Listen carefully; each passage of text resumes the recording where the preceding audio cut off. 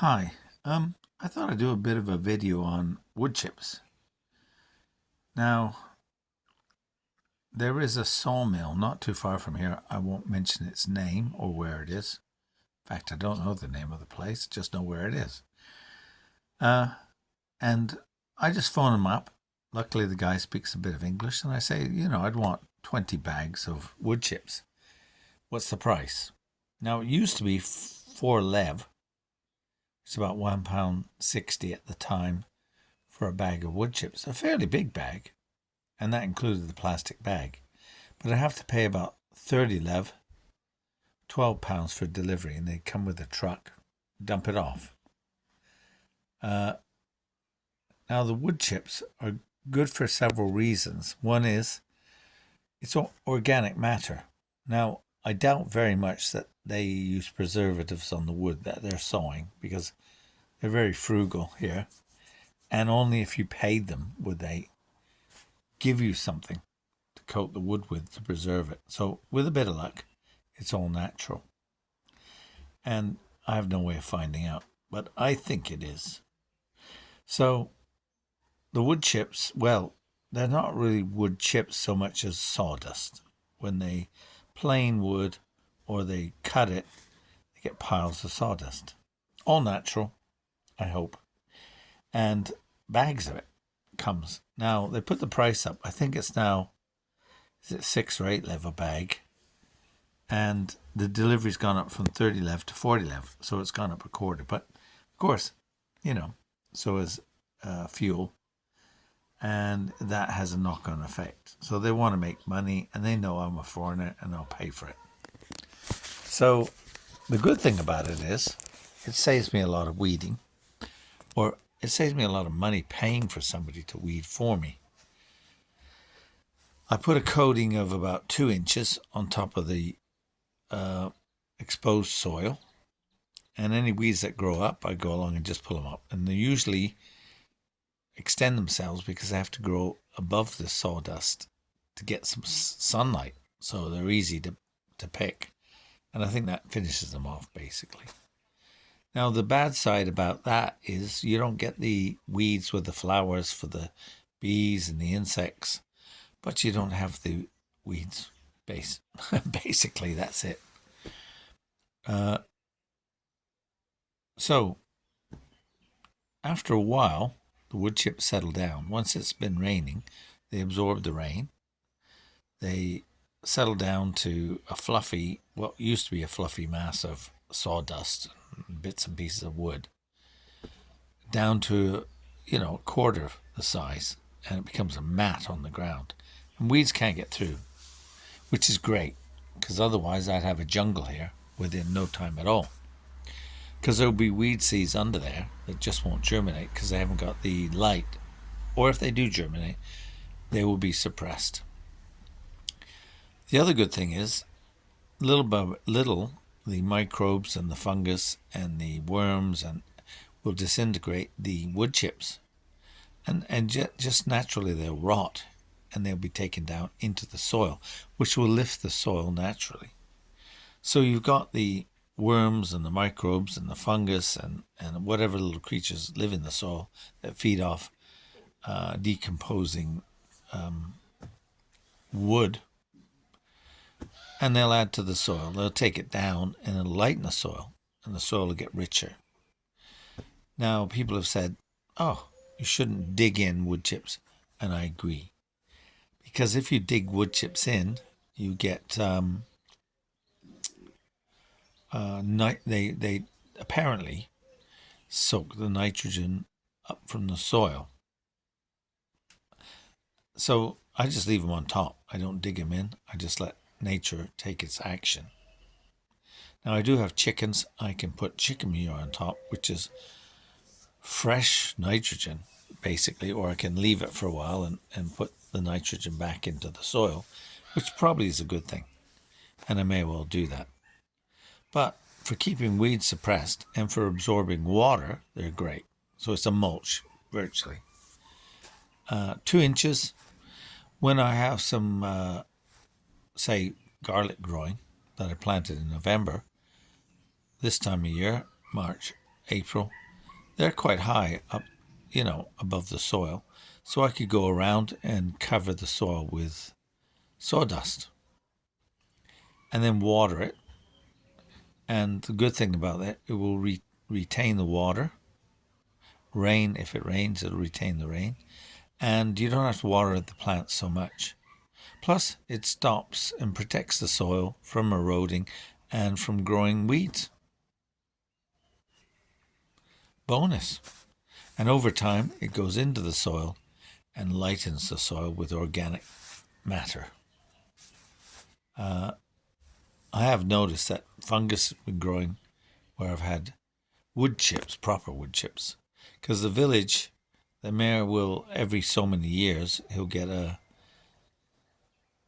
crew around who will chop off the offending branches that are growing into the road, and they'll chip them.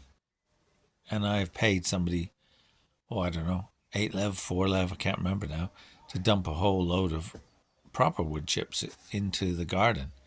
And I've strewn them about on top of my veg patch. Surprisingly enough, this climate, whether it's the heat or whatever, the wood chips disappeared. And the soil is great. And I had worried that nothing would grow in it, that it was going to sap the nitrogen from the soil. It's been wonderful. But they haven't chopped I haven't noticed them chopping the branches. I mentioned to the mayor that, I paid them again to bring the wood chips here and dump them. I can use them. They probably used to dump it down the bank. So to get a little bit of money is great for them. And it's fantastic for my garden. You'd think that inheriting a plot of land that hadn't been farmed for or anything grown in it, say vegetable-wise, for years and years and years, 20 years maybe, you think the soil will be fertile and fresh and ready to grow anything. But I think the soil has probably been depleted before then and hasn't quite recovered. Yes, it'll get leaves and it'll get, trees growing, but the trees take the nutrients out of the soil, the bushes and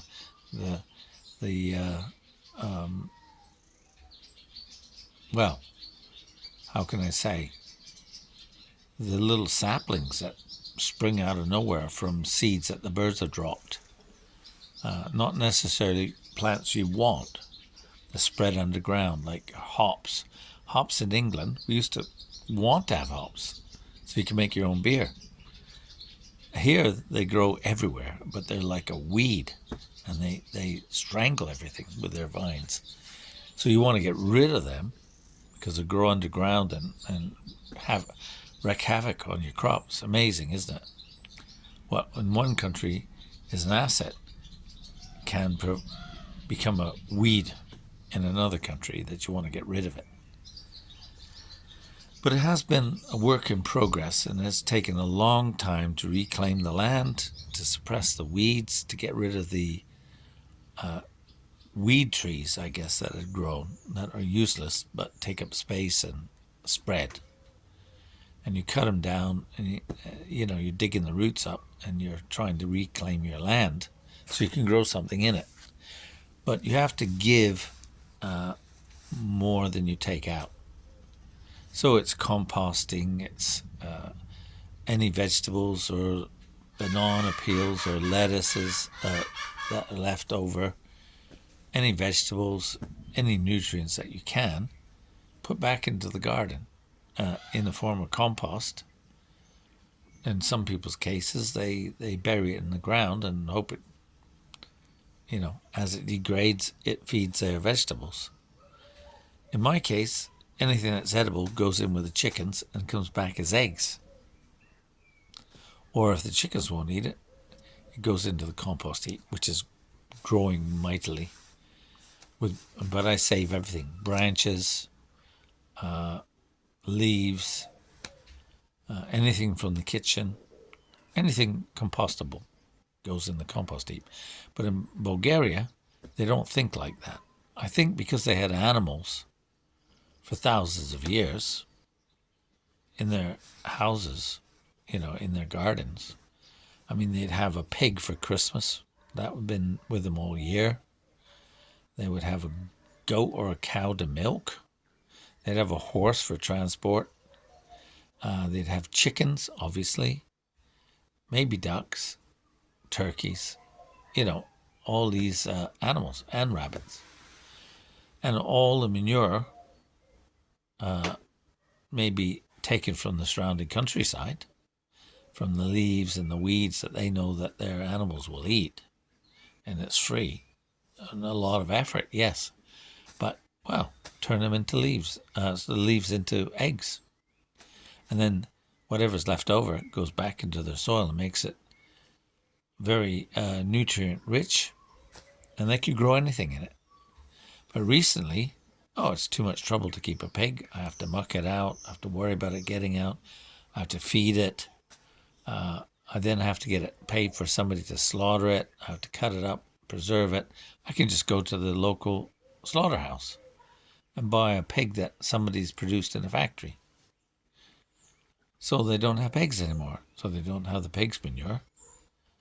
So the fertility of the soil goes down because they don't dig that muck in with their soil. They might keep a few chickens because there's not a lot of work, and they get eggs, and they still like that. But they won't have a goat. Why would they have a horse? They've got a car now, or they take the bus. So they don't have horse manure. So little bit by little bit, they're depleting their soil of the goodness that was inherent in the soil due to the animal manure, which was a natural process. It was a lot easier to dig the manure in the soil than it would be to tip it down the bank by the river. Unfortunately, now they look at weeds and they look at saplings or anything that grows on the land that they don't like. They'll put it in a wheelbarrow and they'll dump it away. They don't compost anything. They just go out and buy chemical fertilizer and stick it on the vegetables. And they get wonderful vegetables. They don't realize that there's less nutrients in them. They have to eat 2 or 3 or 4 times more to get the same nutrients. And they don't realize they don't taste as nice as they used to with natural ingredients. And they're hybrid seeds that they're buying now. So, yes, they'll be big. They can't save the seed. Things have changed. And they don't realize, because they've not been educated, that composting is important. But in England, we always knew this because we didn't have the animals. For 100 years or more, we haven't had the animals. So we've had to put the goodness back in the soil. And with Dig for Victory during the war, we added nutrients from our compost, from any leaves we collect in the neighborhood. The neighbors' leaves or compost. Oh, can we have your compost? Oh, thank you. Or your, vegetable leftovers. Thank you very much. We'll give you a turnip when we get one, if we get one. And then they had the allotments, 60 foot by, 15 or 20 foot wide plots for people to grow vegetables in. They had to feed them with leaves, with compost, with growing comfrey and chopping it, making a liquid comfrey fertilizer. They couldn't afford the fertilizers. Well, of course, recently, fertilizers have now been more expensive and less available because of the continuing situation in Eastern Europe. So, it's important. If I could, and I could cope with it, I would get the neighbors to dump their weeds off and their leaves and whatever else, rather than dump it down the bank and I'd have to go fetch it. They could just dump it at my gate. I'll dig it into the soil here. I'll have great vegetables. But, that's the way of the world. So anyway, that's enough said for now. I hope you get your wood chips. Don't dig them in, whatever you do. Let them decay naturally.